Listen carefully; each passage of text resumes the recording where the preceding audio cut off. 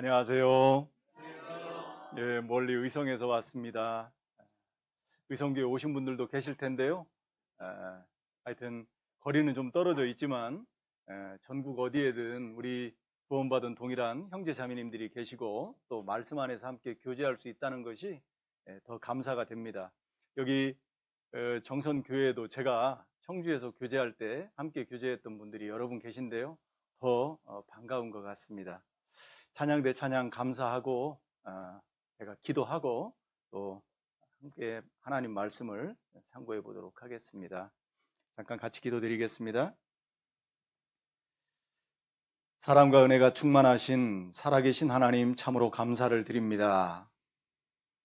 하나님을 알지 못하고 이 세상 썩어질 것에 마음을 빼앗기고 죄악을 물마심같이 먹고 마시며 하나님 앞에 저주와 심판을 받아 마땅한 저희와 같은 죄인들을 주님께서 먼저 사랑해 주시고 우리를 죄와 심판 가운데에서 구원하시기 위해 대신 십자가에 달려 그 보배로운 피를 흘려주시고 우리를 값없이 믿음으로 말미암아 구원하셔서 영원한 천국의 소망을 가지고 살아갈 수 있도록 은혜 베풀어 주심을 진정으로 감사를 드립니다. 늘 주님께 받은 그 십자가의 사랑이 우리의 나머지 삶을 온전히 강권할 수 있도록 도와주시고 받은 은혜에 조금이라도 더 보답하는 마음으로 살아갈 수 있도록 인도해 주시기를 간절히 기도드립니다. 오늘도 우리 각자에게 주님께서 귀한 주일 아침을 허락해 주셨고 우리 사랑하는 정선교회 모든 성도님들 또 이렇게 말씀 앞으로 인도해 주심에 더욱 감사를 드립니다. 주님께서 이 가운데 말씀으로 역사하셔서 우리 정선교회 성도님들이 주님을 따라 살며 복음을 위해서 살아가는 삶에 조금이라도 더 힘과 유익과 능력이 될 수 있도록 역사해 주시고 주님께서 말씀으로 주시는 위로의 힘으로 더욱더 힘있게 복음을 증거함으로 더 많은 잃어진 영혼들을 하나님 품으로 인도하는 삶으로 채워질 수 있기를 이 시간 주님 앞에 간구드립니다. 무엇보다 주님 피로 사신 몸된 교회인 우리 정선교회를 이 지역에 세워주신 분명한 뜻과 목적이 있는 줄 압니다. 아직 주님의 그 놀라운 십자가의 사랑을 알지 못하고 살아가는 잃어진 영혼들이 너무나 많이 있습니다. 우리 정성교회 성도님들을 통해 그 잃어진 영혼들이 말씀 앞에 나올 수 있도록 도와주시고 한 영혼이라도 더 구원받아 하나님께 영광이 되고 우리에게 큰 기쁨과 위로가 될 수 있도록 우리의 삶을 주장해 주시고 우리 정선교회를 귀한 복음의 전당으로 주님께서 사용해 주시기를 간곡히 기도드립니다. 하나님을 또 중심으로 담임 목사님과 모든 성도님들이 복음 안에서 하나가 될 수 있도록 도와주셔서 밖으로는 힘있게 복음을 증거하고 안으로는 서로 사랑을 하는 새 계명을 온전히 이루는 하나님을 기쁘시게 하는 정선교회가 될 수 있기를 이 시간 주님 앞에 같은 마음으로 간구드립니다. 또 마땅히 이 가운데 함께 하여야 하지만 또 피치 못할 사정으로 함께하지 못하는 지체들도 있을 줄 압니다. 어느 곳에 어떠한 형편에 있든지 그 마음과 생각은 늘 하나님을 향해 있고 이 모임을 사모할 수 있는 마음 갖도록 도와주시옵소서. 그리고 무엇보다 내일부터 또 6월 대전도 집회가 계획되어 있는 줄 압니다. 우리가 기도로 준비하는 영혼들 한 영혼도 그 마음 변치 않을 수 있도록 마음 붙잡아 주시고 내일부터 전해지는 그 생명의 말씀을 통해 많은 영혼들이 옳은 대로 돌아오는 귀한 대전도 집회가 될 수 있도록 도와주시고 또 말씀을 대언하시는 이재우 목사님 또 한 주간 건강 살펴주셔서 담대하게 주님을 증거하실 수 있도록 도와주시기를 간구드립니다. 오늘도 부족한 자의 입술 또한 친히 주장해 주셔서 하나님 말씀만 올바로 전할 수 있도록 도와주시고 그 전해지는 말씀이 우리 성도님들의 삶과 또 신앙에 큰 힘과 유익과 위로가 될 수 있도록 도와주시옵소서. 모든 말씀의 시종을 자비로우신 주님의 손길에만 온전히 부탁드리며 우리를 죄악 가운데에서 영원히 구원하여 주신 예수님의 이름으로 감사하며 기도드렸습니다. 아멘. 예, 시작하는 말씀을 한번 찾아보시겠습니다. 고린도 후서 한번 넘겨보겠습니다. 고린도 후서 신약성경 12장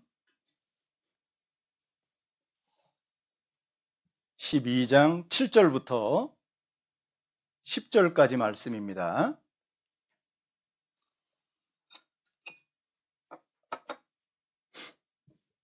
12장 7절부터 10절까지 말씀입니다. 네 구절 말씀이니까요. 같이 한번 읽어보겠습니다. 여러 계시를 받은 것이 지극히 크므로 너무 자고하지 않게 하시려고 내 육체의 가시 곧 사단의 사자를 주셨으니 이는 나를 쳐서 너무 자고하지 않게 하려 하심이니라. 이것이 내게서 떠나기 위하여 내가 3번 주께 간구하였더니 내게 이르시기를 내 은혜가 내게 족하도다. 이는 내 능력이 약한 데서 온전하여짐이라 하신지라. 이러므로 도리어 크게 기뻐함으로 나의 여러 약한 것들에 대하여 자랑하리니 이는 그리스도의 능력으로 내게 머물게 하려 함이라. 그러므로 내가 그리스도를 위하여 약한 것들과 능욕과 궁핍과 핍박과 곤란을 기뻐하노니 이는 내가 약할 그때에 곧 강함이니라. 됐습니다. 다시 한번 인사드리겠습니다. 안녕하세요. 짤막하게나마 저에 대한 소개를 좀 드리고 오늘 말씀을 함께 상고하도록 그렇게 하겠습니다. 저는 1991년 4월 7일 대전에서 대전교회를 통해 말씀을 듣고 구원을 받았습니다.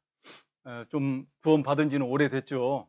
그런데 어느 순간부터 구원받은 연도를 이야기하는 것이 굉장히 두렵고 떨리는 일이라는 생각을 많이 해봅니다.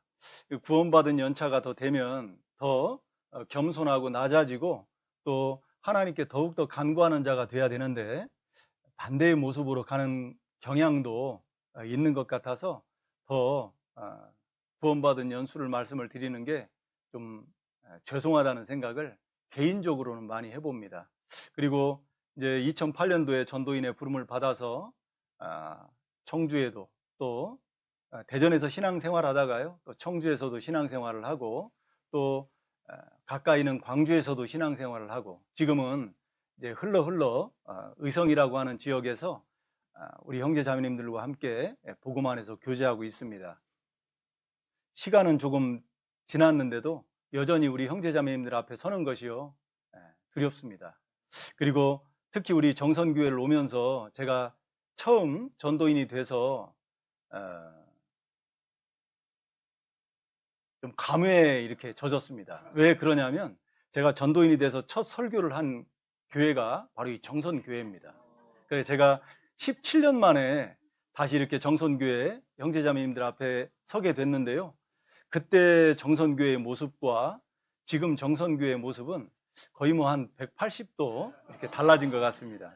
하여튼 너무 감사가 되고 우리 의성교회가 지금 이제 시작한 지 8년째 되는 교회거든요. 아직 초등학교 1학년입니다. 그에 비하면 정선교회는 청년쯤 됐잖아요. 이제 성인이 되셨는데 우리 의성교회 성도님들도 우리 정선교회 성도님들처럼 이게 시간이 지나게 되면 더 신앙적으로 성숙하고 성장한 모습으로 하나님 앞에 서야 되겠다라는 그런 마음을 많이 갖게 됩니다. 비록 지리적으로는 떨어져 있지만 우리 의성교회 성도님들도 우리 정선교회 성도님들의 못지않게 신앙적으로 건강하고 또 잘 자랄 수 있도록 마음을 다시 한번 다잡아 보고 우리 정선교회 성도님들도 우리 작고 연약한 의성교회 성도님들을 위해서 기도로 함께 해주시면 감사하겠다 싶습니다. 짤막하게나마 우리 의성교회 소식을 전해드리면요, 지금 아마 첫 주 새로운 교회당에서 시작을 하고 있을 것 같습니다. 아마 전 의성교회를 와보신 분들은 아실 텐데요, 굉장히 열악한 가운데에서 시작을 했는데 지금 이제 교회당을 건축을 완료를 하고 아마 오늘 첫 주를 새로운 교회당에서 시작을 합니다. 약 한 300평 정도 되는 그런 교회당 그 예식장을 구매를 해서 전체를 다 리모델링을 했고요. 뭐 적은 식구가 하려다 보니까 많이 버거웠지만 하나님의 도우심이 있었고 우리 성도님들이 정말 마음과 뜻을 하나로 모아서 헌신한 결과 이렇게 멋지고 아주 너무나 큰 교회당이 준비됐습니다. 이제 우리 정선교회도 그 교회가 세워진 이후에 형제자매님들의 많은 수고와 헌신된 그런 노력을 통해서 교회당이 점점점 성장을 하고 또 더 넓어지는 그런 경험을 해보셨겠지만 저희 의성교회는 짧은 시간 8년 만에 이렇게 큰 역사를 이루게 되었습니다. 이제 입을 크게 열었기 때문에 하나님께서 채워주시는 일만 남은 것 같은데요. 그 일이 사람의 힘으로 되는 건 아니잖아요. 그래서 하나님께서 더욱더 크게 역사하실 수 있도록 우리 정선교회 식구들도 정선교회를 위해서만 기도하지 마시고 우리 의성교회를 위해서도 우리 후배 어린 교회를 위해서도 같은 마음으로 기도해 주셨으면 좋겠고 무엇보다 부족하고 연약한 저를 위해서도 많이 기도 부탁드립니다.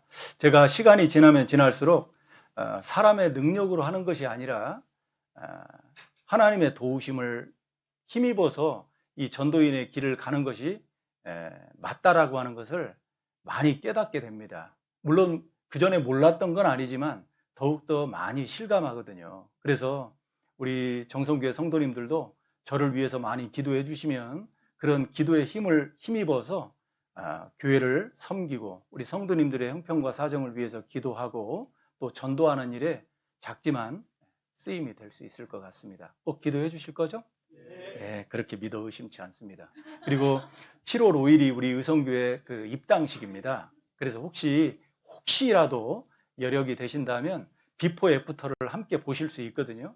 그래서 한번 기회가 되신다면 꼭 오셔서 직접 눈으로 보시고 하나님이 어떻게 정말 작고 연약한 교회를 통해서 역사하셨는지를 경험하신다면 신앙적으로 큰 유익을 얻을 수 있을 거라고 감히 확신합니다. 제가 더 좀 제 소개도 드리고 또 의성교회 소식도 전해드리면 좋은데요. 벌써 20분이 지나갔습니다. 진짜 유능한 강사는 늦게 시작해도 제 시간에 마치는 강사가 유능한 강사인데 그렇게 될지는 잘 모르겠습니다. 그리고 제가 또 한 가지 죄송하다는 말씀을 드릴 것이 저희가 지금 한참 이제 입당식을 준비하고 건축을 마무리하다 보니까 제가 정선교회 형편과 사정을 이렇게 돌아볼 수 있는 여력이 좀 없었어요.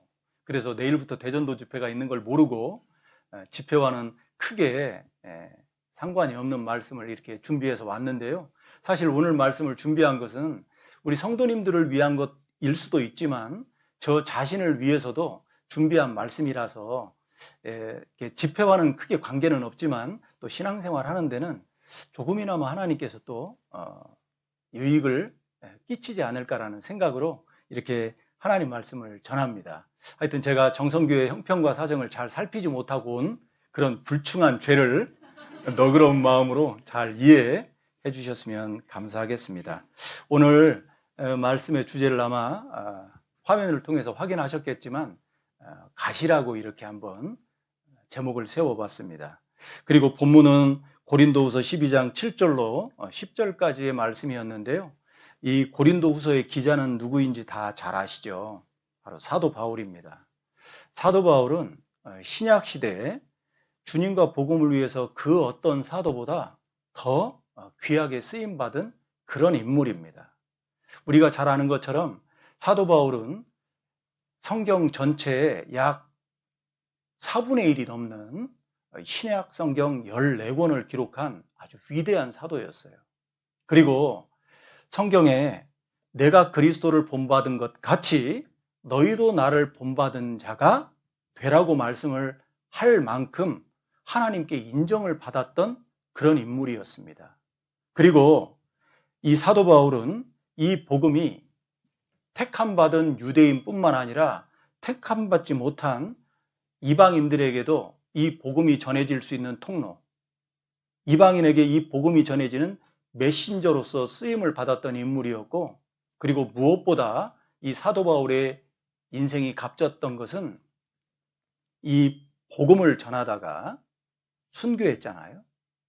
디모데후서 4장 7절에 보면 내가 선한 싸움을 싸우고 나의 달려갈 길을 마치고 믿음을 지켰다라고 고백하는 것처럼 순교로서 그 영광스러운 죽음으로 자기의 생을 마감하는 그런 정말 위대한 삶을 살았던 인물이 바로 이 사도 바울이었습니다.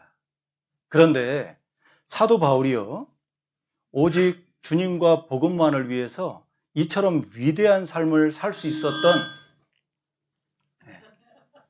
배경이 있었습니다. 그 첫 번째 배경이 무엇이었냐면 물론 하나님의 은혜입니다. 그 하나님의 은혜가 사도 바울을 그토록 위대한 삶을 살 수 있도록 이끌었거든요. 고린도전서 15장 10절에 보면 그러나 나의 나 된 것은 하나님의 은혜로 된 것이니 내가 모든 사도보다 더 많이 수고한 것이 내가 아니요 하나님의 은혜라고 고백했잖아요. 그 하나님께 받은 은혜가 너무나도 컸기 때문에 이 사도 바울은 순교로서 생을 마감하는 그런 영광스러운 삶을 살 수 있었단 말입니다. 그런데 하나님의 은혜만 있었던 게 아니에요. 또 한 가지가 있었습니다. 그게 바로 가시, 곧 육체의 가시였습니다. 사도 바울은 이 육체의 가시를 가지고 있었고 그 육체의 가시가 너무나도 자기 자신을 괴롭혔어요. 그리고 사도 바울이 너무나도 괴로웠던 그 가시가 과연 무엇이었을까? 성경에는 정확하게 나오지는 않지만 유추를 해볼 수는 있죠? 안질이었을 겁니다. 눈으로 받는 고통이 있잖아요. 왜 그렇게 유추를 하냐면 갈라디아서 4장에 보면 사도 바울이 갈라디아 성도들에게 이렇게 말하잖아요. 너희가 할 수만 있었다면 너희의 눈이라도 빼서 나에게 주었으리라. 아마 사도 바울이 눈으로 말미암아 받는 그 고통이 너무나 컸다는 것을 갈라디아 성도들이 알았기 때문에 그것을 갈라디아 성도들에게 사랑의 화답으로서 사도 바울이 한 말씀일 거예요. 그러면 그 안지를 왜 겪게 됐을까요? 사도행전 9장에 보면 그 그리스도의 제자들을 잡아 공회에 넘겨주기 위해서 다메섹 도상으로 가는 과정 속에서 주님을 만나잖아요. 그때 이 사도 바울은 눈을 멀게 돼요. 그래서 사흘 동안 식음을 전폐하고 앞을 보지 못하는 신세가 되죠. 그리고 결국 그리스도의 제자였던 아나니아를 통해서 이제 사흘 만에 눈을 뜨고 눈에서 비늘 같은 것이 벗겨졌다라고 기록되어 있거든요. 아마 그때 사도 바울이 얻게 된 육체의 질병이 아니었을까, 그렇게 유추를 해볼 수가 있습니다. 아무튼 사도 바울은 그렇게 얻은 그 육체의 가시가 자기를 너무나도 고통스럽게 하고 괴롭혔기 때문에 이 육체의 가시가 떠나기를 어떻게 해요? 3번이나 간절히 간구했다라고 기록하고 있어요. 그 앞에 7절 한번 보겠습니다. 7절, 8절 두 절 말씀을 제가 다시 한번 읽어드리겠습니다.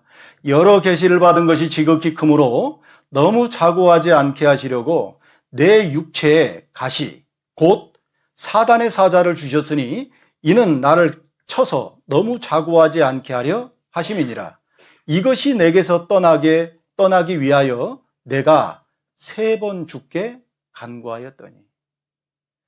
자기 자신을 이 육체의 가시가 얼마나 괴롭게 했으면 하나님께 제발 이 가시가 떠나게 해주십시오 3번이나 간구했겠어요. 사도 바울이 이 가시로 말미암아 얼마나 힘들었고 고통스러웠는지를 8절 말씀을 보면 우리가 실감할 수 있지 않겠습니까? 그리고 이 간구에 대해서 사도 바울은 응답을 얻게 됩니다. 그 응답이 어떤 응답이었을까요? 하나님께서 그 육체의 가시를 재주셨을까요? 아닙니다. 3번 간절하게 기도했지만 주님의 응답은 거절이었어요. 9절에 보면 네 은혜가 내게 족하도다. 그리고 이런 주님의 응답을 통해 사도 바울은 그 거절에 담긴 의미를 정확하게 깨닫게 됩니다. 9절을 한번 보세요. 내게 이르시기를 내 은혜가 내게 족하도다. 이는 내 능력이 약한 데서 온전하여짐이라 하신지라.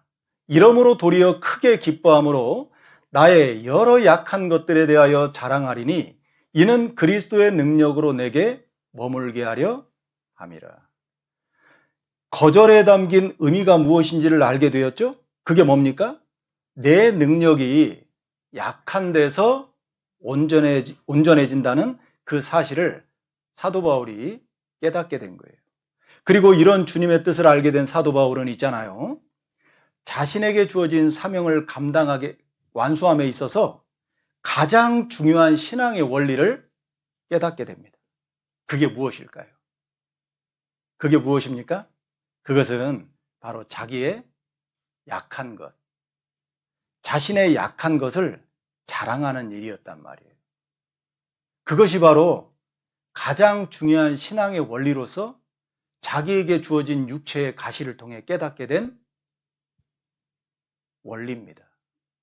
자기의 약한 것을 자랑하는 거예요. 생각해 보세요. 우리 정성교회 성도님들은 어떻습니까? 내가 누군가에게 자랑할 것이 있다면 약한 것을 자랑해요? 내가 강한 것을 자랑해요? 어떤 사람이 자기의 약한 것을 자랑하고 싶겠습니까? 그런 사람은 한 사람도 없을 거예요.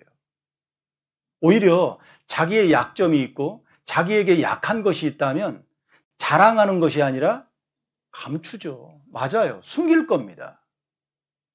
자기의 허물이잖아요. 자기의 부족한 부분이잖아요. 그러니까 오히려 감추고 알리지 않습니다. 그런데 사도 바울은 반대로 자기의 약한 것들을 크게 기뻐함으로 자랑한다라고 말하고 있는 거예요. 그 이유가 뭡니까? 구절을 한번 같이 한번 읽어보겠습니다. 내게 이르시기를 내 은혜가 내게 족하도다. 이는 내 능력이 약한 데서 온전하여짐이라 하신지라. 이러므로 도리어 크게 기뻐함으로 나의 여러 약한 것들에 대하여 자랑하리니 이는 그리스도의 능력으로 내게 머물게 하려 함이라. 잘 써 있죠? 자기의 약한 것을 도리어 크게 기뻐함으로 자랑한대요. 그리고 왜 자기의 약한 것들을 기뻐함으로 자랑할 수 있는지를 그 구절 말미에 설명하고 있죠. 이는 그리스도의 능력으로 내게 머물게 하려 함이라. 다시 말하면 그리스도의 능력이 자기 자신에게 머물도록 하기 위해서요. 그리스도의 능력으로 보존되기 위해서 자기의 약함을 자랑한다는 겁니다. 사도 바울은 주의 능력이 연약함 속에서 온전해진다는 사실을 깨닫게 된 이후에 자기의 약함을 자랑할 뿐만 아니라 더 나아가서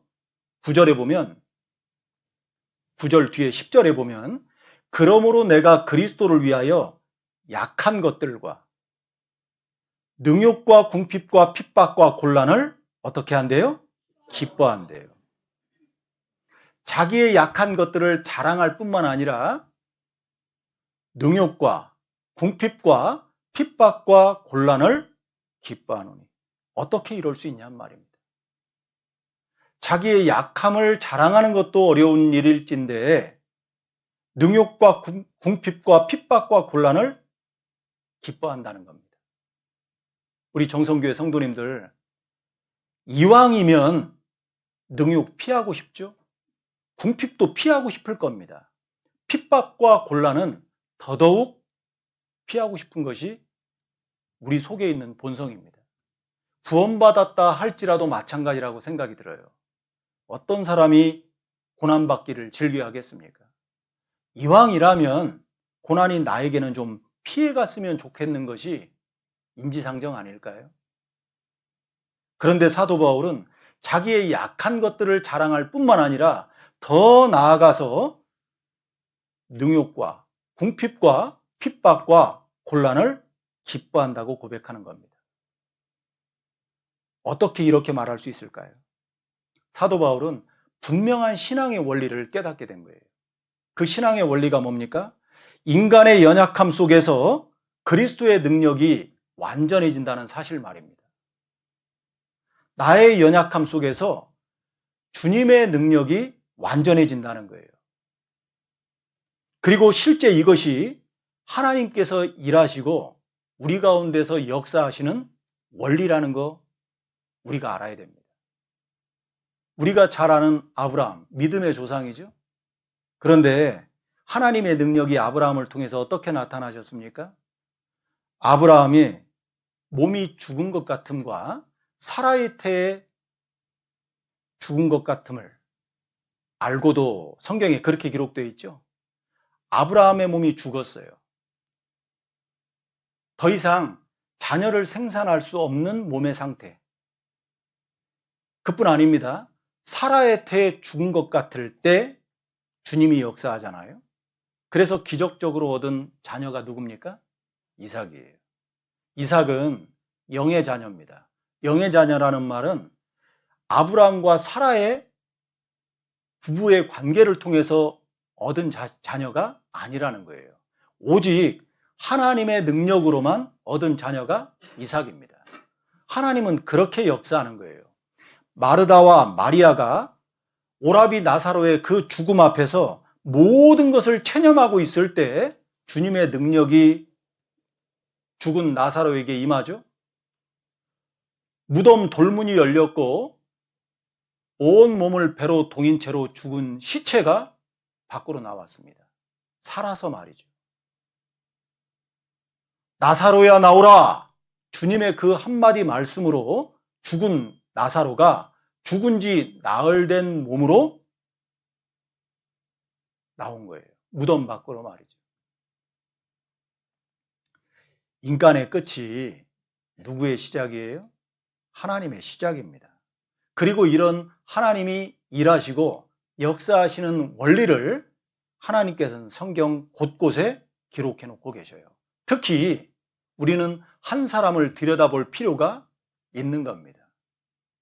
이스라엘 민족은 역사 가운데 12명의 사사기에 등장하는 사사들이죠. 그리고 엘리와 사무엘까지 치면 14명의 사사가 이스라엘 민족의 정치적이고 종교적이고 군사적인 지도자로서 역할을 감당했습니다. 사사시대 역사가 350년이라고 하죠. 그런데 그 사사시대 역사 가운데 가장 긴 태평성대를 열었던 사사가 누군지 아세요? 우리는 사사하면 누구를 먼저 떠올립니까? 초대 사사였던 온니엘, 유명하죠? 그리고 뭐니 해도 사사기에 등장하는 멋진 사사 중에 기드온을 빼놓을 수가 없잖아요. 그 300용사와 함께 미디안 족속을 괴멸시켰던 위대한 사사 말이죠. 그리고 또 어떤 사사가 떠올라요? 역발산 기겟에 엄청난 힘을 부과했던 사사 삼손, 유명하잖아요. 그리고 암몬 족속을 물리쳤던 입다, 이런 사사들을 우리가 떠올리기가 십상입니다. 그런데 사사시대 역사 가운데 가장 긴 태평성대를 열었던 사사는 온니엘이나 기드온이나 삼손이나 입다 같은 우리가 말만 하면 알만한 사사가 아니에요. 누군지 아세요? 그 사람이 누군지를 한번 들여다보겠습니다. 성경 여기 고린도후서 12장은 돌아올 겁니다. 잡아보시고 성경 사사기를 한번 보겠습니다. 성경 사사기 3장을 한번 보겠습니다. 사사기 3장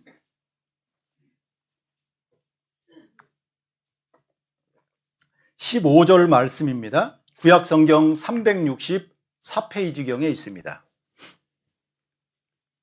364페이지경에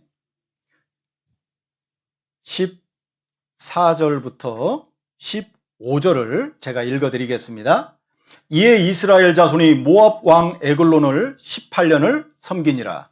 이스라엘 자손이 여호와께 부르짖음에 여호와께서 그들을 위하여 한 구원자를 세우셨으니 그는 곧 베냐민 사람 게라의 아들 왼손잡이 에웃이라. 이스라엘 자손이 그를 의탁하여 모압 왕 에글론에게 공물을 바칠 때에. 이스라엘 역사 가운데 사사시대 중에 가장 긴 태평성대를 열었던 위대한 사사가 바로 3장에 등장하는 거예요. 그 사람이 누굴까요? 바로 에훗입니다. 그런데 이 에훗이라고 하는 사사 앞에는 항상 따라붙는 단어가 있어요. 그게 뭡니까? 왼손잡이에요. 왼손잡이. 혹시 우리 정선교회 성도님들 중에도 왼손잡이 있으시죠? 잘 들으세요. 아마 모르긴 몰라도 있잖아요. 이 에훗이라는 사사에게는 자기에게 있어서 가장 큰 가시, 가장 큰 약점, 가장 큰 약한 부분이 있다면, 가장 큰 핸디캡이 있다면 바로 자신이 왼손잡이라는 사실이었을 거예요. 왜 그런지 아세요? 그것은 이 에훗이라는 사람의 출신 성분을 들여다보면 쉽게 이해할 수가 있습니다. 에훗은 15절에 기록된 것처럼 이스라엘 12지파 중에 어느 지파에 속한 사람일까요? 예, 베냐민 지파 출신입니다. 자, 여기서 집중하세요. 여기 보세요. 베냐민이라고 하는 뜻은 어떤 뜻을 가지고 있냐면 오른손의 아들이라는 뜻입니다. 그게 베냐민이라는 이름의 뜻이에요. 베냐민은 야곱이 4명의 아내를 거느렸잖아요. 4명의 아내 중에서 야곱이 가장 사랑한 아내가 있어요. 그 아내가 누구죠? 라헬입니다. 저는 쉬운 것만 물어봐요. 라헬입니다. 그러면 야곱이 왜 라헬을 가장 사랑했을까요? 예, 너무 잘하죠. 야, 제 마음을 들켰습니다. 남자는 다 똑같아요. 라헬이 진짜 예뻤거든요. 그 가장 사랑했던 라헬을 통해서 얻은 아들이 베냐민이에요. 라헬은 이 베냐민을 낳다가 산고로 길 노중에서 죽게 됩니다. 생각해 보십시오. 자기의 사랑하는 아들을 낳으면서 죽어가고 있는 라헬 자신에게 이 아들이 어떻게 다가오겠습니까? 원래 이 베냐민이라고 하는 아들은 이름이 베냐민이 아니에요. 라헬이 죽을 때 낳으면서 그 아들을 보고 뭐라고 불렀습니까? 베노니 불렀어요. 베노니. 베노니라는 말은 슬픔의 아들이라는 뜻입니다. 라헬의 심정이 이해가 되죠? 자기는 죽고 있어요. 그런데 아들이 태어난 거예요. 너무나도 그 라헬 개인의 입장에서는 슬픔의 아들입니다. 그 아들을 채 안아보지도 못하고 그 아들이 자라는 모습을 보지도 못하고 영영 헤어져야 된다는 그 어머니의 마음이 어떻게 느껴지겠습니까? 그래서 베논이라고 불렀어요. 슬픔의 아들이라는 뜻이죠. 그런데 그 옆에서 라헬의 그 죽음을 함께하고 있었던 남편 야곱이 베논이라고 부르는 그 라헬의 말에 동의하지 않습니다. 죽어가고 있는 라헬은 베논이라고 불렀지만 곁에 있었던 아버지 야곱은 베냐민이라고 부르는 거예요. 베냐민이라고. 베논이가 슬픔의 아들이라면 베냐민은 오른손의 아들이라는 뜻인데 왜 아버지 야곱이 라헬이 부르는 이름에 동의하지 않고 그 베논이를 베냐민이라고 고쳐 불렀을까요? 창세기 35장을 한번 볼까요? 창세기 35장. 창세기 35장 18절 말씀입니다. 창세기 35장 18절. 같이 한번 읽어보겠습니다. 그가 죽기에 임하여 그 혼이 떠나려 할 때에 아들의 이름은 베논이라 불렀으나 그 아비가 그를 베냐민이라 불렀더라. 그렇죠? 라헬은 베논이 슬픔의 아들이었어요. 그런데 그 아비 야곱은 베냐민 오른손의 아들이라고 고쳐 불렀단 말입니다. 그럼 왜 야곱이 베논이를 베냐민이라고 바꿔 불렀을까요?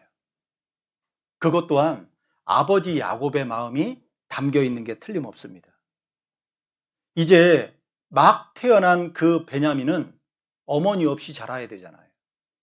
어머니 없이 자라는 그 베냐민이 보다 힘있고 강한 사람이 되기를 바라는 아버지의 마음이 담겨 있는 게 틀림없었단 말입니다. 무엇을 통해서 그것을 확증할 수 있냐면 야곱이 험악한 세월, 135년이라는 그 험악한 세월을 마치고 임종을 앞두고 있는 상태에서 12명의 아들을 모아놓고 각 아들에게 유언을 남기잖아요. 그때 막내 아들 베냐민에게도 유언을 남겼을 거 아니겠습니까? 어떻게 유언을 남겼는지 한번 들여다보겠습니다. 창세기 49장. 창세기 49장입니다.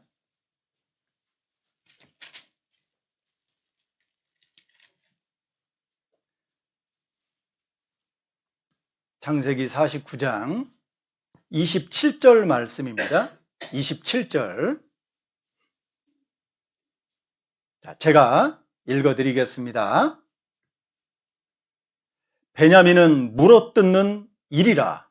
아침에는 빼앗은 것을 먹고 저녁에는 움킨 것을 나누리로다. 이것이 바로 야곱이 임종 앞에서 막내 아들 베냐민에게 남긴 유언입니다. 베냐민은 어떻대요? 물어뜯는 일이.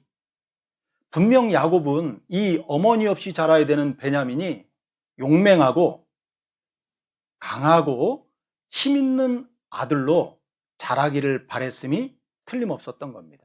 그리고 이런 아버지 야곱의 유언대로 주로 이 베냐민 지파 자손들은 있잖아요. 굉장히 호전적인 성정을 가진 사람들이었다라고 말합니다. 그리고 바로 이 사사 에훗이 이런 거칠고 호전적인 오른손의 힘을 자랑하는 어떤 지파 사람이었다고요? 베냐민 지파. 그런데 문제는 뭡니까? 정작 자신은 오른손의 아들이 아니라 어떤 사람요? 왼손잡이. 성경 사사기 3장을 읽을 때 특히 에훗에 대한 말씀을 읽을 때 있잖아요. 빠지지 않고 기록된 게 그 앞에 항상 왼손잡이라고 하는, 왼손이라고 하는 단어가 포함되어 있다는 것에 방점을 찍을 필요가 있습니다. 하나님이 의도적으로 그렇게 기록하신 거예요. 오른손잡이 가문에서 이 에훗은 오른손잡이가 아니라 왼손잡이로 태어난 겁니다. 그리고 그뿐만 아니죠. 성경의 용례를 들여다보면 오른편은 주로 하나님 편이에요. 힘, 권능, 축복 이런 것들, 긍정적인 부분을 이 오른손에 둡니다. 그런데 반대로 왼편은요, 정반대예요. 다 부정적입니다. 몇 가지만 한번 살펴보겠습니다. 출애굽기 15장 한번 넘겨보겠습니다. 출애굽기 15장 6절 말씀입니다. 출애굽기 15장 6절. 자, 제가 읽어드리겠습니다. 여호와여, 주의 오른손이 권능으로 영광을 나타내시니이다. 여호와여, 주의 오른손이 원수를 부수시니이다. 오른편은 항상 하나님 편, 힘과 권능과 영광과 은혜를 뜻하는 거예요. 하나만 더 볼까요? 시편 118편입니다. 시편 118편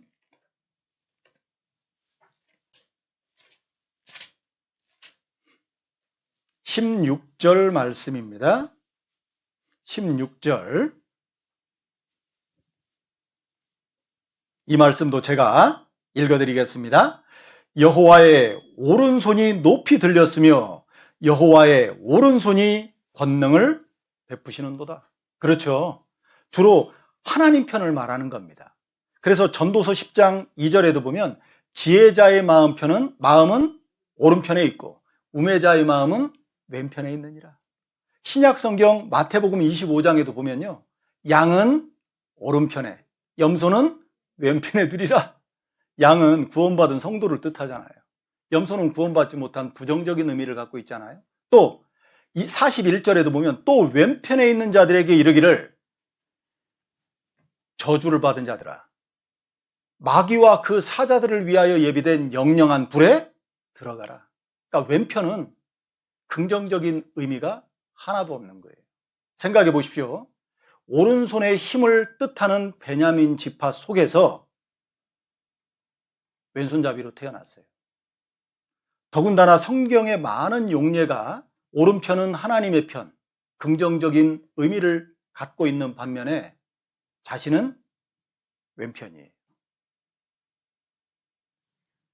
에훗이 그런 사람이었습니다. 출신 성분이 말이죠. 그런데 그런 정도를 넘어서 왜 에훗이 자신이 왼손잡이라고 하는 것이 가장 큰 핸디캡, 다시 말하면 가시였고 약점이었고 약한 부분이라고 제가 강조했습니까? 이 에훗은 오른손보다 왼손을 더 익숙하게 사용하는 왼손잡이가 아니에요. 다시 말하면 오른손이 선천적으로 불구여서 왼손밖에 쓸 수 없는 장애인이었단 말입니다. 왜 그렇게 설명할 수 있냐면 사사기 3장을 한번 가보겠습니다. 사사기 3장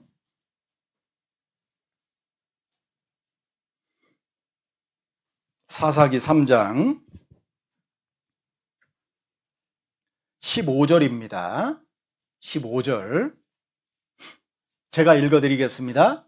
이스라엘 자손이 여호와께 부르짖음에 여호와께서 그들을 위하여 한 구원자를 세우셨으니 그는 곧 베냐민 사람 게라의 아들 왼손잡이 에훗이라. 여기까지만 읽겠습니다. 베냐민 사람 게라의 아들 왼손잡이 에훗. 여기서 왼손잡이라고 하는 단어가 있잖아요. 히브리 원어에 보면 그냥 참고로 한번 들어보세요. 이 왼손잡이라는 말이 합성어인데요. 이쉬, 이테르, 야드, 예미노. 이게 바로 왼손잡이라는 말이에요. 우리나라 말은 순차적으로 쭉 이해하면 되는데 이스라엘 말은 거꾸로 읽습니다. 이쉬라는 말이 뭐냐면 사람이라는 뜻이에요. 이테르라는 말은 뭐냐면 제한을 받는 그런 뜻이에요. 그리고 야드라는 말은 손을 뜻하고요. 예미노라는 말은 오른편을 뜻합니다. 거꾸로 해석해보면 오른편 손이 제한을 받는 사람, 다시 말하면 오른손이 불구인 사람이 바로 왼손잡이 에훗이었단 말이죠. 오른손보다 왼손이 익숙해서 왼손잡이가 아니에요. 오른손을 쓰고 싶은데 오른손을 못 쓰는 불구예요. 그러니까 장애가 있으니까 왼손밖에는 못 쓰는 그런 사람이 에훗이었습니다. 그것도 오른손의 힘을 가장 크게 여기는 베냐민 지파 안에서 오른손이 불구라 왼손밖에 쓰지 못하는 왼손잡이, 그 사람이 누구요? 에훗이었습니다. 그렇기 때문에 이 에훗에게는 왼손잡이라는 사실이 가장 큰 육체의 가시였겠죠. 누구에게도 드러내고 싶지 않은, 감출 수 있다면 정말 꽁꽁 감추고 싶은 그런 약점이 자신이 왼손잡이라고 하는 그런 의미였단 말입니다. 얼마나 이 왼손잡이라는 사실이 에훗을 괴롭혔을까요? 그렇지 않겠습니까? 에훗 개인에게 가난한 것, 못 배운 것, 못 가진 것, 물론 그런 것도 서러움의 대상이 될 수는 있겠지만 에훗에게는 그런 것이 서러움의 대상이 아닌 거예요. 자기의 왼손을 볼 때마다 나는 왜 오른손의 지파 안에서 오른손이 불구고 왼손밖에 쓰지 못하는 왼손잡이일까? 자기의 신세를 얼마나 원망했겠습니까? 그렇지 않겠어요?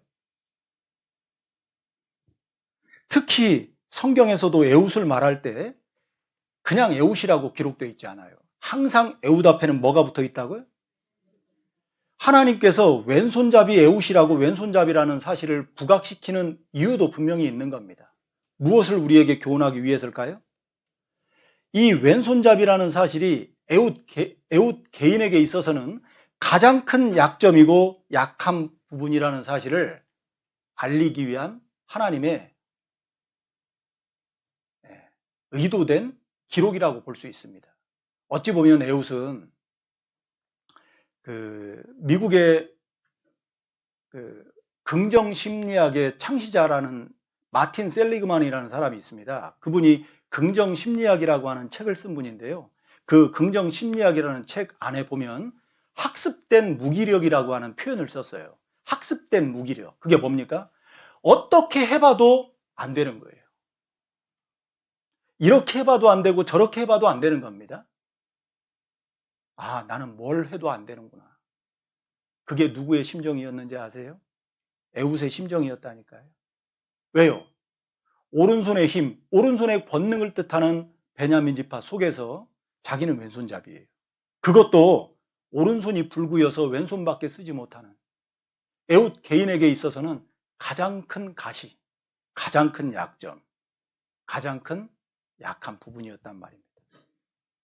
그런데 놀라운 건 그런 왼손잡이 에웃이 모압 왕 에글론의 손에서 이스라엘 민족을 구원해냅니다.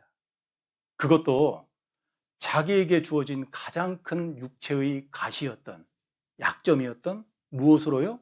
왼손으로요. 그게 놀라운 거예요. 3장 찾았으니까 그 뒤에 21절을 한번 볼까요? 21절, 22절입니다. 제가 읽어드리겠습니다.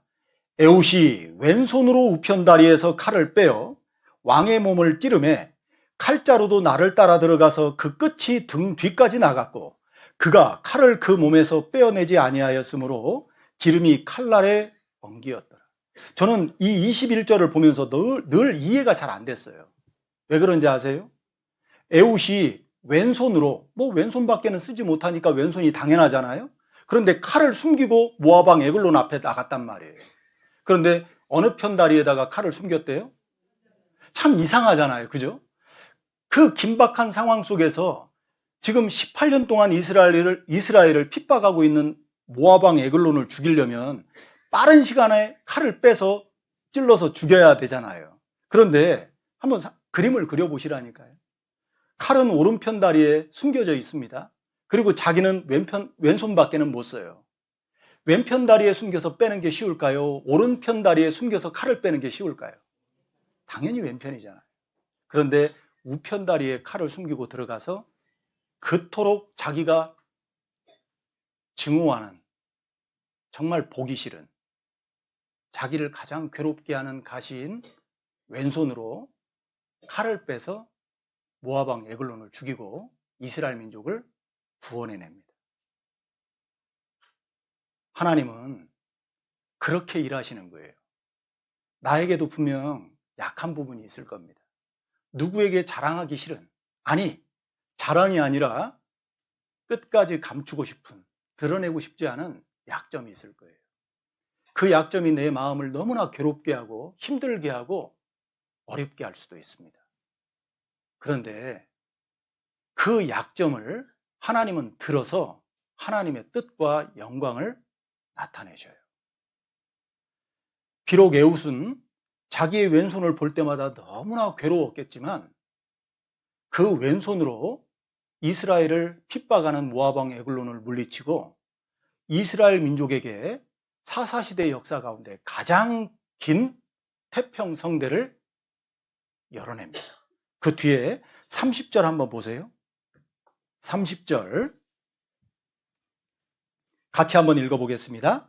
그날에 모압 사람이 이스라엘의 수하에 항복하매 그 땅이 80년 동안 태평하였더라. 무려 80년이라는 그 긴 시간 태평성대를 부과할 수 있었던 데에는 바로 누가 있었습니까? 그냥 에웃이 아니에요. 왼손잡이 에웃이 있었단 말입니다. 왼손잡이였던 그가 민족의 영웅이 되고 하나님께 더욱 귀하게 쓰임받는 통로, 그릇이 된 겁니다. 그리고 그 비결은 다른 데 있는 게 아니라 에웃 개인에게 있어서 가장 약한 것, 바로 육체의 가시였던 왼손에 있었던 겁니다. 왜 그렇게 단정할 수 있는지 아세요? 주님의 능력은 연약함 속에서 온전해집니다. 비록 에웃 개인에게는 그 왼손이 늘 원망의 대상이고 증오의 대상이었을지 몰라도 그 왼손 때문에 그 왼손이라는 가시, 약점이 에웃을 오직 하나님만 바라봐야 되는 사람으로 만들었고, 오직 하나님만 의지하는 사람으로 만들었고, 오직 하나님 앞에 더욱 기도하는 사람으로, 다시 말해 에웃이 있잖아요. 무릎으로 살게 하는 통로가 된 것이 자기의 약점인, 자기의 가시였던 왼손이었다니까요. 그런 측면에서 본다면 비록 에웃 개인에게는 너무나도 증오의 대상이자 고통의 대상이었을지는 몰라도 그 에웃에게 주어진 왼손은 하나님의 은혜였던 거예요. 에웃이 그 약점, 그 가시 때문에 하나님만 바라보고 하나님 앞에 더욱 낮아지고 하나님께 더욱 간절히 기도함으로 말미암아 하나님의 능력의 오른손이 에웃의 오른손이 돼준 거 아니겠습니까? 시편 17편 한번 넘겨보겠습니다. 시편 17편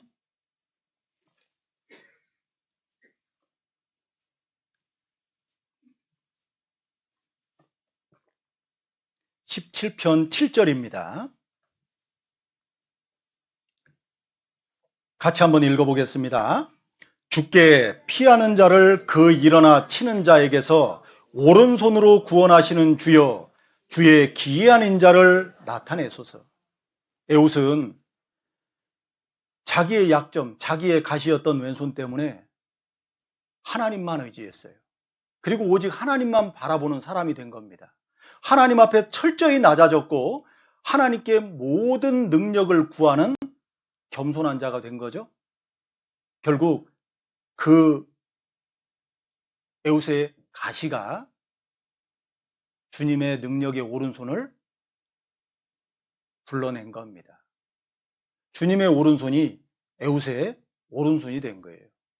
이 시편 17편 7절 말씀이 에웃을 통해 이루어진 겁니다. 그리고 정말 중요한 건 이런 사실이 우리 시대에도 마찬가지인 겁니다. 나에게 주어진 약점, 나에게 주어진 약한 부분, 그것이 어떤 사람에게는 개인의 성격일 수도 있고 경제적인 문제일 수도 있고 어떤 사람에게는 가족, 특히 자녀일 수도 있고요. 사람은 말을 안 해서 그렇지 누구에게나 다 어려움이 있고 고통이 있고 아픔이 있습니다. 말을 안 할 뿐인 거예요. 또 어떤 사람에게는 건강인 사람도 있죠. 나는 왜 남들처럼 건강하지 못할까? 그런 나의 약한 부분, 나의 약점, 나의 가시가 나를 정말 괴롭게 만들잖아요. 그런데 그런 나의 가시가 하나님을 더욱 바라보게 만듭니다. 그리고 하나님만 의지하게 만들고 하나님께 더욱더 기도하게 만듭니다. 다시 말해 무릎으로 살게 하는 거예요. 그리고 그런 약점을 통해서 하나님이 일하시는 건 우리 시대에도 동일한 겁니다. 전도서 3장을 한번 보겠습니다. 전도서 3장 14절 15절입니다. 14절 15절입니다. 두 절 말씀을 제가 읽어드리겠습니다. 무릇 하나님의 행하시는 것은 영원히 있을 것이라 더할 수도 없고 덜할 수도 없나니 하나님이 이같이 행하심은 사람으로 그 앞에서 경외하게 하려 하심인 줄을 내가 알았도다. 이제 있는 것이 옛적에 있었고 장래에 있을 것도 옛적에 있었나니 하나님은 이미 지난 것을 다시 찾으시느니라. 옛적에 에웃의 가시였던 왼손을 통해서 하나님의 놀라운 구원을 이루셨다면 오늘날도 동일합니다. 이제 있는 것이 옛적에 있었고 장래에 있을 것도 옛적에 있었나니 하나님은 이미 지난 것을 다시 찾죠. 우리 시대에 하나님이 어떻게 역사하십니까? 놀랍게도 나의 약한 부분이요, 나의 약점, 나의 가시를 통해서 하나님의 놀라운 역사를 하나님은 이루십니다. 내가 볼 때는 나의 약점과 나의 약한 부분, 나의 가시가 나를 괴롭게 하겠지만 그로 인해 내가 하나님 앞에 더욱더 낮아지고 겸손해지는 것 여러분들 경험하셨죠? 그 가시가 나를 아프게 하잖아요.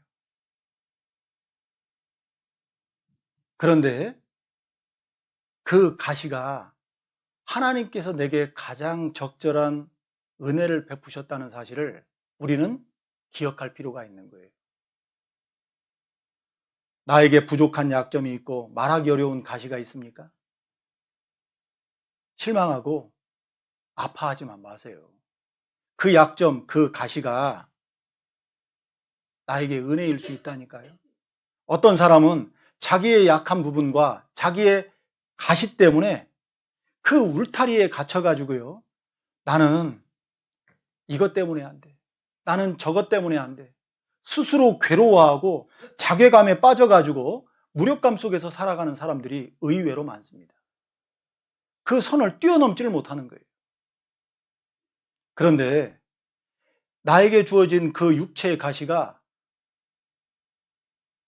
나를 더 겸손하게 만들고 나를 더 무릎 꿇게 만들고 나를 더 하나님께 의지하게 만든다면 그 가시는 나에게 고통과 아픔을 주는 게 아니라 오히려 하나님이 나에게 주신 은혜로 여길 수 있다니까요.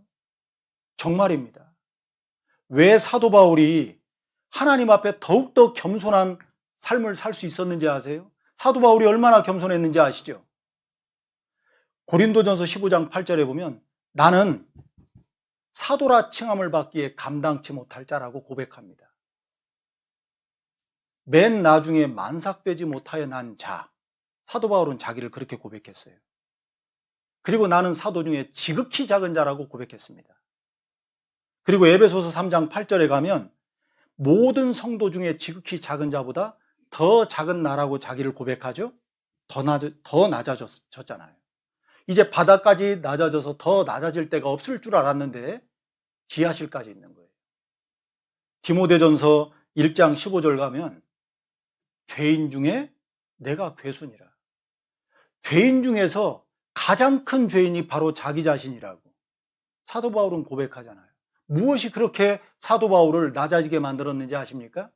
육체의 가시예요.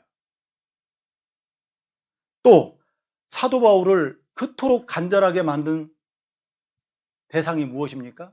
육체의 가시였다니까요. 그 육체의 가시가 떠나기를 사도 바울은 3번이나 간구했다라고 기록되어 있잖아요. 얼마나 자기 자신을 괴롭게 했다면 그렇게 3번이나 떠나기를 간구했을까요?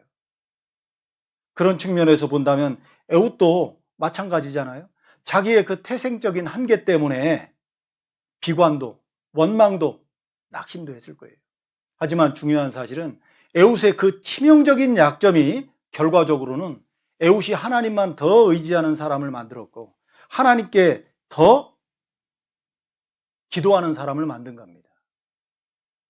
그러니까 하나님이 에웃을 통해서 이스라엘을 구원하신 거예요. 그러니까 결국 사도 바울에게 주어진 육체의 가시, 사사 에웃에게 주어진 왼손잡이라는 사실은 가시가 아니라 오히려 뭡니까? 은혜인 거예요. 사도 바울은 그 놀라운 하나님이 일하시고 역사하시는 원리를 깨달은 겁니다. 그래서 육체의 가시가 재지지 않았음에도 불구하고 그 육체의 가시를 오히려 더 크게 기뻐할 수 있었던 거예요. 그리고 더 나아가 자신이 만나는 능욕과 곤란과 핍박과 괴로움들을 기뻐할 수 있도록 만들었던 겁니다. 사도 바울은 그 가시 때문에 깨닫게 된 거예요. 하나님이 무엇을 통해서 일하시고 무엇을 통해서 역사하는지 말입니다. 야곱은 그 이름의 뜻대로 간사한 자였잖아요. 야곱은 형 에서의 장자의 명분을 팥죽 한 그릇으로 빼앗았습니다.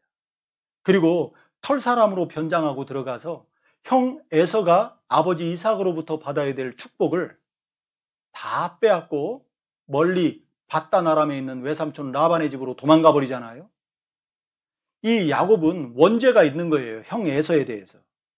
그런데 결국 20년 타향 생활을 마치고 고향으로 돌아옵니다. 4명의 아내와 12명의 아들, 많은 재산을 거느리고 고향으로 내려와요. 그리고 고향에 내려가다가 한 가지 비극적인 소식을 듣게 되죠. 앞서 보낸 사자를 통해서 무슨 소식을 접합니까? 형 에서가 400명의 군사를 이끌고요, 야곱을 맞으러 온다는 거예요. 이 야곱의 심정이 어떻겠어요? 이 죄짓고 못 사는 겁니다. 자기가 한 일을 기억하고 있잖아요. 그때 야곱은 칙솔들과 모든 재산을 다 야복강을 건너게 하고 하나님과 씨름하는 자가 됩니다. 하나님께서 나를 축복하지 않으시면 가게 하지 않겠습니다. 너무나 간절했거든요. 그때 하나님은 야곱의 기도를 듣고 야곱을 축복해요. 왜 축복했다라고 표현하죠? 형 에서가 야곱을 만나는 순간 야곱의 걱정이 아니라 막 목을 어금 맞추면서 내가 너의 앞잡이가 되리라. 이 에서의 마음이 싹 바뀌어져 있는 거예요. 누가 그렇게 하셨을까요? 하나님이 바꿔놓으신 겁니다. 야곱의 기도를 들었어요. 성경 잠언 21장 1절에 보면 왕의 마음이 여호와의 손에 있음이 마치 보의 물과 같아서 그가 임의로 인도하시는. 하나님이요, 왕의 마음도 바꾸는데 한 사람 에서의 마음을 못 바꾸겠습니까? 그런데 야곱은 하나님께 축복을 약속받은 것만 아니라 육체의 가시도 얻게 됐어요. 그게 뭡니까? 환도뼈가 위골됐습니다. 환도뼈가 위골됐다는 말은 더 이상 앞서 달려가지 못하는 겁니다. 마음은 저 멀리 있지만 이제 나머지 여생을 절뚝발이로 살아야 돼요. 왜? 환도뼈가 위골됐으니까요. 야곱은 지금껏 하나님에 대한 믿음보다 자기 수단, 자기 방법, 자기 지혜가 늘 앞섰잖아요. 그런 야곱에게 하나님은 환도뼈를 위골시킴으로 말미암아 인간적인 수단과 방법이 얼마나 연약한 것인지를 알게 하신 동시에 참으로 의지해야 될 대상은 누구뿐이라는 것을 알게 하셨을까요? 하나님. 그게 하나님께서 야곱의 환도뼈를 위골시키신 목적입니다. 그렇게 환도뼈가 위골된 야곱에게 하나님께서요, 너의 이름이 무엇이냐? 그렇게 물어보셔요. 그럼 생각해 보세요. 하나님께서 야곱의 이름을 까먹어서 야곱의 이름이 뭔지를 몰라서 물어봤겠습니까? 그게 아니에요. 하나님은 야곱의 환도뼈를 위골시킨 이후에 야곱에게 분명히 깨닫기 원하시는 뜻이 있었기 때문에 이름을 물어본 겁니다. 성경 창세기 32장을 한번 보겠습니다. 창세기 32장 27절입니다. 27절 제가 읽어드리겠습니다. 그 사람이 그에게 이르되 내 이름이 무엇이냐? 그가 가로되 야곱이니이다.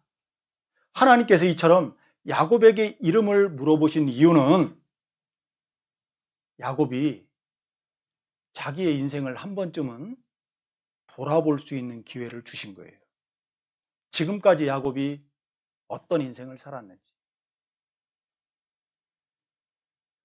하나님에 대한 믿음보다 늘 앞섰던 자기 수단, 자기 방법, 자기 지혜, 그 인간적인 수단과 방법이 얼마나 하나님 보시기에 합당치 못한 것인지를 하나님은 이름을 물어봄으로 확인시킨 겁니다. 야곱이라는 뜻이 뭡니까? 간사한 자, 속이는 자, 더 이해하기 쉽게 얍삽한 자예요. 그런 간사하고 속이는 인생을 살았던 그 야곱에게 그런 인생이 하나님 앞에 결코 합당치 않다는 사실을 알게 할 목적이었던 겁니다. 그리고 야곱의 이름을 바꿔주시죠. 무엇으로 바꿉니까? 이스라엘. 이제는 더 이상 속이는 인생, 간사한 인생이 아니라 이스라엘, 하나님과 겨루어 이긴 자처럼 하나님만 의지하는 삶을 살기를 바라는 뜻이 담겨 있기 때문에 내 이름이 무엇이냐라고 물어봤던 겁니다. 그 이름을 대답하고 새 이름을 받으면서 야곱은 마음가짐이 달라졌을 거예요. 그렇지 않겠습니까? 이제는 더 이상 야곱은 속이는 인생이 아닙니다. 간사한 인생이 아니에요. 오직 하나님만 의지하는 인생이 조금 늦기는 했지만 이루어진 겁니다. 그리고 난 이후에 이제 새로운 이름답게 새로운 인생을 살아야 하는 야곱에게 어떤 모습이 보여지죠? 해가 쫙 돋아오르는 거예요. 그리고 그곳 이름을 이렇게 정하게 됩니다. 그 뒤에 30절, 31절을 보겠습니다. 그러므로 야곱이 그곳 이름을 브니엘이라 하였으니 그가 이르기를 내가 하나님과 대면하여 보았으나 내 생명이 보존되었다 함이더라. 그가 브니엘을 지날 때 해가 돋았고 그 환도뼈로 인하여 절었더라. 브니엘이라는 뜻이 무슨 뜻입니까? 하나님의 얼굴. 내가 하나님을 대면하여 보았다라는 뜻이잖아요. 이제 더 이상 야곱의 인생이 아닌 이스라엘의 인생으로 살 수 있는 제2의 인생이 야곱에게 열린 거예요. 그러면서 해가 솟아오릅니다. 더 이상 야곱은 간사한, 속이는 인생이 아니에요. 비록 육신적으로는 어때요? 가시를 얻었잖아요. 쩔뚝쩔뚝 하면서 나머지 여생을 살아야 되니까요. 비록 환도뼈가 위골됨으로 말미암아 육체의 가시는 얻었지만 야곱의 인생은 더 이상 속이는 인생, 간사한 인생이 아닙니다. 오직 하나님만 의뢰하며 의지하는 인생으로 바뀐 거예요. 우리에게도 분명히 약점이 주어집니다. 사람이 다 장점만 있는 건 아니잖아요. 그렇지 않습니까? 저에게는 약점이 있을까요? 없을까요? 약점 없는 사람이 어디 있습니까? 저에게는 가시가 있을까요? 없을까요? 다 있다니까요. 말을 안 할 뿐이에요. 우리 담임 목사님 앞에 앉아 계시지만 너무 인자하신 얼굴이잖아요. 그죠? 항상 웃고 다니시니까 우리 담임 목사님 걱정 근심 하나도 없는 줄 아시죠? 그렇지 않습니다. 말씀을 안 할 뿐이에요. 다 있는 거예요, 누구나. 잠언 14장 10절에 보면 마음의 고통은 자기가 알고 마음의 즐거움도 타인이 참여치 못하느니라. 마음의 고통은 자기밖에 몰라요. 말씀 안 할 뿐이에요. 교회의 유익을 위해서, 성도의 유익을 위해서 말씀 안 할 뿐입니다. 하지만 속으로는 울 일 많고 괴로울 일 정말 많거든요. 제가 정성교회 담임은 아니지만 목사님한테 잘해드리세요. 정말 외롭고 힘든 길이시거든요. 제가 의성교회에서는 이런 얘기 못합니다. 저한테 해달라는 것 같아서. 다 있어요. 어려움이 다 있고 고통이 다 있고 가시가 다 있습니다. 그 어려움과 가시 때문에 정말 힘들고 어렵고 눈물 날 때 많지만 그 가시 때문에 하나님 앞에 더 겸손할 수 있고 하나님 앞에 더 간절히 기도할 수 있고 정말 하나님만 바라보고 하나님만 의지할 수 있다면 그 가시는 괴로움의 대상, 고통의 대상, 아픔의 대상이 아니라 오히려 하나님의 은혜일 수 있는 거예요. 그 가시가 내가 더 겸손한 사람이 되고 더 기도의 사람이 되고 더 하나님만 의지하는 사람으로 만든다면 우리의 약함이 오히려 양약이 되는 겁니다. 사람은 두 가지의 모습이 항상 상존하는 것 같아요. 하나는 위대함, 하나는 연약함입니다. 왜 위대할까요? 그 큰 비행기가 하늘을 나는 거 보세요. 정말 신기하잖아요. 그 큰 배가 물 위에 떠 있습니다. 심지어 우리 시대는 우주선을 만나서 지구 밖에를 나가잖아요. 정말 사람이 위대한 것 같아요. 그런데 한편으로는 그 위대했던 사람이 있잖아요. 보이지 않는 바이러스 때문에 아무것도 못하고 심지어 누군가의 말 한마디 때문에 실족하고 교회를 떠나고 교제를 떠나는 일도 있어요. 한편으로는 너무 위대하지만 한편으로는 너무 연약한 겁니다. 우리 앞에도 이런 두 갈래 길이 놓이죠? 그 두 갈래 길의 기로에서 나는 어떤 선택을 하고 있는지를 한번 생각해 보세요. 어떤 사람은 그 약점 때문에 먼저 포기하고 낙심하고 절망하고 자포자기하는 경우가 있습니다. 그런데 그런 약점, 가시에도 불구하고 더욱더 하나님만 의지하고 하나님께 매달리고 하나님께 더 가까이 하는 사람이 있습니다. 과연 나는 그 두 갈래 길, 그 기로에서 어떤 길을 선택하는 사람입니까? 우리가 그토록 본받고 따르기 원하는 많은 믿음의 위인들, 그들의 삶 가운데에도 그런 두 갈래 길이 동일하게 놓였다니까요. 왜? 사람은 누구에게나 약점이 있고 약한 부분이 있으며 가시가 있기 때문에 그렇습니다. 그런데 우리가 존경하는, 우리가 본받기 원하는, 우리가 추구하는 많은 믿음의 선진들의 선택은 포기하고 절망하고 자포자기하는 길을 택한 게 아니에요. 될 대로 되라가 아닙니다. 아무렇게나 되라가 아닌 거예요. 비록 그 가시 때문에, 그 약점 때문에 너무 힘들고 어려웠지만 더욱 하나님을 바라보는 쪽으로, 더욱 하나님께 의지하는 쪽으로, 더욱 하나님께 가까이 하는 쪽으로 선택했다는 사실을 기억할 필요가 있습니다. 그런 선택을 했기 때문에 그 믿음의 위인들이요, 하나님 앞에 칭찬받는 삶으로 인정받을 수 있는 겁니다. 우리도 그와 같은 길을 따라가야 돼요. 이 세상에는 다 강한 자에게, 스펙 좋은 사람들에게 초점이 다 맞춰져 있잖아요. 그런 사람만 찾아요. 하지만 하나님의 시선은 다릅니다. 이 세상이 바라보는 기준과 하나님이 바라보는 기준은 다른 거예요. 하나님은 강한 자가 아니라 약한 자에게 눈높이가 맞춰져 있습니다. 비록 가진 것 없고 배운 것 없다 할지라도 하나님 앞에 겸손한 사람, 하나님 앞에 무릎으로 사는 사람, 정말 하나님께 가까이 나아가고자 하는 사람에게 맞춰져 있다는 사실을 아셔야 됩니다. 예수님의 12제자 중에 스펙 좋은 사람 있습니까? 없어요, 없어. 제일 많은 직업군이 뭐예요? 어부입니다. 가장 예수님께 사랑받았던 3명의 제자, 베드로와 야고보와 요한이잖아요. 그 사람들 공통 직업이 뭡니까? 어부라니까요. 엘리야는 불말과 불병거를 타고 회리바람에 이끌려서 살아서 들림받은 인물입니다. 그런데 그런 엘리야보다 배나 더 영감을 받은 사람이 엘리사거든요. 직업이 뭔지 아십니까?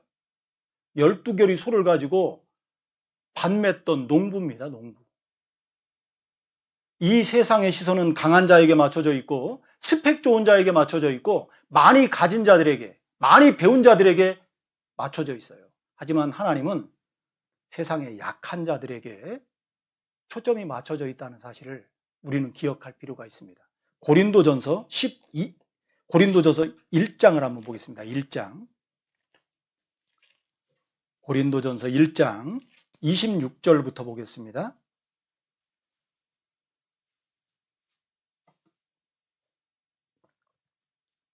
1장 26절부터 제가 몇 절을 읽어드리겠습니다. 형제들아, 너희를 부르심을 보라. 육체를 따라 지혜 있는 자가 많지 아니하며 능한 자가 많지 아니하며 문벌 좋은 자가 많지 아니하도다. 그러나 하나님께서 세상에 미련한 것들을 택하사 지혜 있는 자들을 부끄럽게 하려 하시고 세상에 약한 것들을 택하사 강한 것들을 부끄럽게 하려 하시며 하나님께서 세상에 천한 것들과 멸시받는 것들과 없는 것들을 택하사 있는 것들을 폐하려 하시나니 이는 아무 육체라도 하나님 앞에서 자랑하지 못하게 하려 하십니다. 하나님의 시선은 누구에게요? 세상에 미련한 것, 약한 것, 천한 것, 멸시받는 것들, 없는 것들에게 시선이 맞춰져 있습니다. 그런 부족과 결핍을 통해서 하나님은 일하시는 거예요. 왜 그런지 아십니까? 그것은 자기 자신의 연약함, 부족함을 철저하게 깨닫고 온전히 하나님만 의지하는 사람에게 하나님의 그 능력이 온전히 머물러 있기 때문입니다. 사도 바울은 얼마든지 높아질 수 있는 모든 여건을 다 갖춘 사람이었어요. 길리기아 다소 출신입니다. 무엇을 뜻하죠? 나면서부터 로마 시민권자였어요. 로마 시민권을 갖고 있으면 함부로 법의 재판에서도 피할 수 있어요. 우리가 사도행전을 보면 나오죠? 이방인이었던 한 사람은 많은 돈을 주고 로마 시민권을 샀다라는 말씀이 기록되어 있잖아요. 그만큼 로마 시민권자가 가지는 특권이 있었단 말입니다. 그런데 사도 바울은 나면서부터 로마 시민권자였어요. 뿐만 아닙니다. 가말리엘 문화에서 수학했던 히브리인 중에 히브리인이고 율법으로는 흠이 없는 자였습니다. 당대 최고의 석학 문화생이었어요. 심지어 베냐민 지파라고 자기를 소개하죠. 이스라엘 초대왕이 사울이잖아요. 베냐민 지파 사람입니다. 다시 말하면 자기는 왕족이라는 거예요. 그리고 그 모든 것을 아우를 수 있는 게 뭡니까? 사도 바울은 우리와 같은 육체를 가졌고 성정을 가진 사람인데 3층 천을 다녀왔던 경험이 있는 사람이었습니다. 그러니 얼마나 높아질 수 있었겠어요. 아마 누구보다도 높아지려면 높아질 수 있는 모든 여건을 다 갖고 있었던 사람이 사도 바울이었습니다. 그렇기 때문에 하나님께서는 그 사도 바울에게 무엇을 주셨죠? 육체의 가시를 준 겁니다. 가시를 주었어요. 그리고 그 가시 때문에 사도 바울은요, 높아지고 싶어도 높아질 수 없는, 자고하지 않을 수 있었던 거예요. 여기 한번 보겠습니다. 본문 고린도후서 12장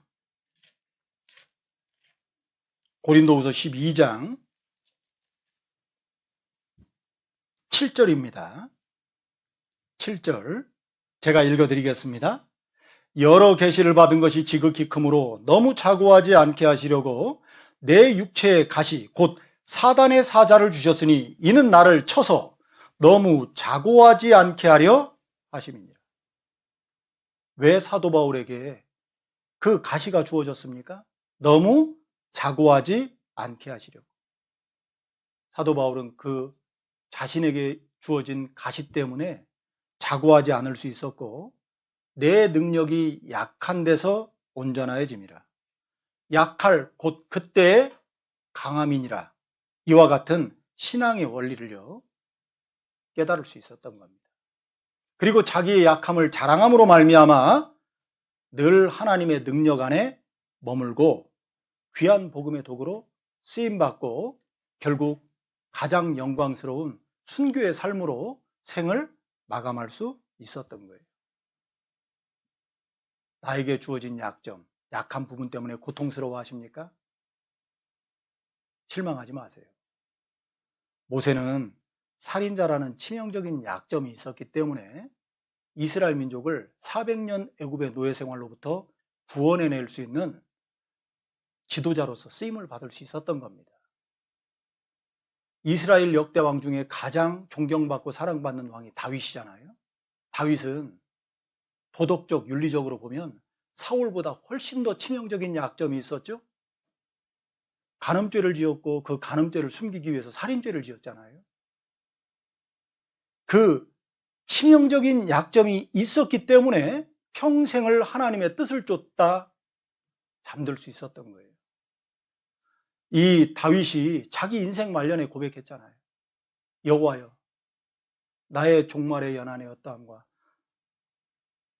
나로 나의 연약함을 알게 하소서. 주께서 나의 날을 손넓이만큼 되게 하시며 나의 일생이 주의 앞에는 없는 것 같사오니 사람마다 그 든든히 선 때에도 진실로 허사뿐이니이다. 자기가 얼마나 연약한 존재인지를 다윗은요 철저히 깨닫게 된 거예요. 무엇을 통해서요? 자기의 약점, 약한 부분, 가시 때문에 말이죠. 예수님의 수제자였던 베드로, 베드로는 정말 예수님을 사랑했던 제자였어요. 모든 제자가 다 예수님을 버리고 도망간다 할지라도 나는 오게도 죽는 데까지도 주님을 쫓는다고 큰소리 쳤죠. 그런 베드로에게 예수님은 네가 닭이 2번 울기 전에 3번 나를 모른다고 부인하리라. 베드로는 절대 그런 일 없습니다. 큰소리 쳤거든요. 그런데 정작 그 대제사장의 집안의 안에서 작은 비자 한마디에 예수님을 부인하기 시작하죠. 닭이 탁 우는 거예요. 그 닭의 울음소리를 듣고 예수님이 자기에게 한 말이 생각나서 밖에 나가서 심히 통곡했다라고 기록되어 있습니다. 베드로는 십자가에 거꾸로 못 박혀 순교했다라고 전해집니다. 왜 십자가에 거꾸로 못 박혀서 죽을 수 있었는지 아십니까? 그 닭의 울음소리 때문이었어요. 베드로가 제일 싫어하는 게 치킨이잖아요. 생각해 보세요. 그 예수님이 십자가에 달려 죽으신 이후 매일마다 새벽에 닭은 울었을 거 아니겠어요? 그 닭의 울음소리를 들을 때마다 베드로는 무엇이 생각났겠습니까? 네가 닭이 2번 울기 전에 3번 나를 모른다고 부인하리라. 그 예수님이 하신 말씀이 계속 리바이벌, 됐지 않겠어요? 얼마나 자기를 괴롭혔겠습니까? 그런 닭의 울음소리가 베드로를 십자가에 거꾸로 못 박혀 순교할 수 있는 능력이 된 겁니다. 어떤 분은 육신의 질병 때문에, 어떤 분은 성격적인 결함 때문에, 그리고 나쁜 습관 때문에, 어떤 분은 경제적인 어려움 때문에, 어떤 분은 부모 때문에, 어떤 분은 자녀 때문에 여러 종류의 가시들이 다 있을 수 있습니다. 분명히 있을 거예요. 하지만 그런 가시 때문에 내가 하나님을 더 의지할 수 있고 하나님 앞에 더 겸손할 수 있고 더 하나님 앞에 간절히 무릎으로 살 수 있다면 그것은 가시가 아니라 뭐라고요? 은혜일 수 있는 겁니다. 그렇기 때문에 그 가시 때문에 너무 좌절하고 실망하고 낙심하지 마십시오. 나는 무엇 때문에 못해? 나는 이것 때문에 안 돼. 저것 때문에 안 돼. 우리는 때문에라는 단어를 버려야 돼요.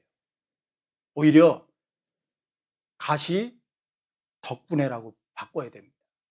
그 가시 덕분에 주님을 더 갈망할 수 있어서 감사하고 그 가시 덕분에 주님께 더욱 겸손할 수 있어서 감사하고 그 가시 덕분에 주님께 더욱 기도할 수 있어서 감사하다는 쪽으로 내 신앙의 방향을 바꾸셔야 됩니다. 우리의 연약함이, 우리의 약함이, 그리고 우리의 부족함이, 그리고 우리의 육체의 가시가 나를 더욱 무릎으로 살게 한다면 그것은 가시가 아니라 축복인 거예요. 은혜인 겁니다. 그걸 알아야 됩니다. 절대 그 가시 때문에, 약점 때문에, 약한 부분 때문에 뒤로 물러나고 숨지 마십시오. 그럴수록 더욱더 밖으로 나와서 주님께 가까이 해야 돼요. 더욱 말씀에 의지해야 됩니다. 하나님 앞에 더욱 무릎으로 기도해야 되는 거예요. 우리가 반드시 그렇게 해야 되는 이유는 하나님은 우리의 그 약함을 통해서 참으로 하나님의 강함을 드러내시는 분이기 때문에 그런 겁니다. 마지막으로 본문 12장 10절 같이 한번 읽어보겠습니다. 그러므로 내가 그리스도를 위하여 약한 것들과 능욕과 궁핍과 핍박과 곤란을 기뻐하노니 이는 내가 약할 그때 곧 강함이니라. 이는 내가 약할 그때 곧 강함이니라.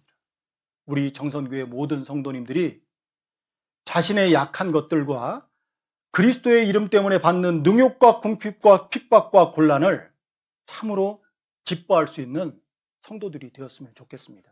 그렇게 할 수 있다면 아마 우리를 통해서 하나님은 더 큰 구원의 역사를 이루실 줄로 확신합니다. 그뿐 아니라 장차 하나님 앞에 섰을 때 우리 정선교회 표대 말씀처럼 생명의 말씀을 밝혀 나의 다름질도 헛되지 아니하고 수고도 헛되지 아니하므로 그리스도의 날에 나로 자랑할 것이 있게 하려 합니다. 하나님 앞에 자랑할 것이 있는 모습으로 설 수 있을 거예요. 이 세상 것은 다 썩어 없어집니다. 하지만 하나님 앞에서 우리가 받을 상급은 영원한 거예요. 그 누구도 부끄러운 모습으로 하나님 앞에 서지 않고 자랑할 것이 있는 모습으로 설 수 있는 우리 정선교회 모든 성도님들이 다 되었으면 좋겠습니다. 저는 역시 유능한 강사가 아닙니다. 3분이 지났네요. 죄송합니다. 기도하고 마치겠습니다. 사랑의 하나님, 참으로 감사를 드립니다.